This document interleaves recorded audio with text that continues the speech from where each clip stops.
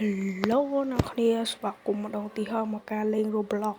ថ្ងៃនេះខ្ញុំមកធ្វើការលេង Event ស្ទូចត្រីឥឡូវនេះខ្ញុំធ្វើការលើករបស់ Secret ខ្ញុំឡើងលើសិនដើម្បីធ្វើការស្ទូចត្រីបានរបស់កាកាគឺលុបវាចោលលឿនបន្ទាប់ពីលើកហើយខ្ញុំក៏បានដើរទៅកន្លែងដែលរងចាំដើម្បីគេស្ទូចត្រីឥឡូវដល់មកអ្នកគ្នាឥឡូវខ្ញុំចាប់ផ្ដើមដើរទៅផ្ទះខ្ញុំហើយយកស្ទូចមកស្ទូចត្រីបន្ទាប់មកខ្ញុំក៏បានស្ទូចត្រីហើយទទួលបាននៅ Popper Fee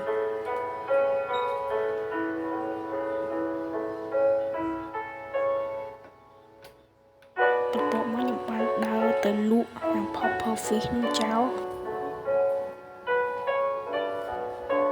បន្ទាប់មកខ្ញុំក៏បានស្ទូចទៀតហើយក៏ទទួលបាននៅ Octopus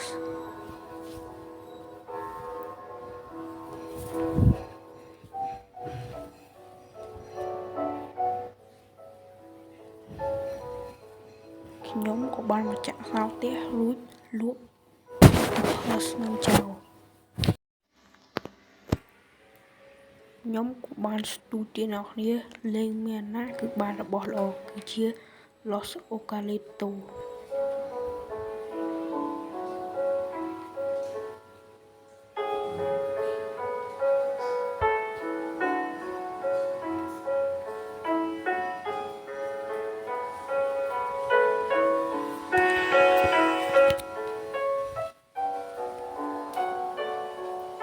ហើយខ្ញុំក៏បានស្ទូចម្ដងទៀតហើយទទួលបាននៅរបស់ល្អម្ដងទៀតចាំមើលតើរបស់ល្អនោះជាអ្វី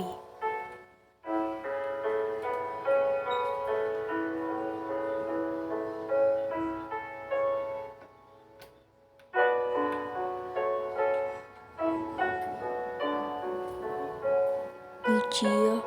អូកាឡេតូអូកាឡាវីដេអូយើងមិនប៉ុណ្ណឹងទេអ្នកនាងជួបគ្នានៅវីដេអូក្រោយបាយបាយកុំភ្លេចជួយចុច like and subscribe ម្នាក់មកកុំចិត្តអាក្រក់ពេក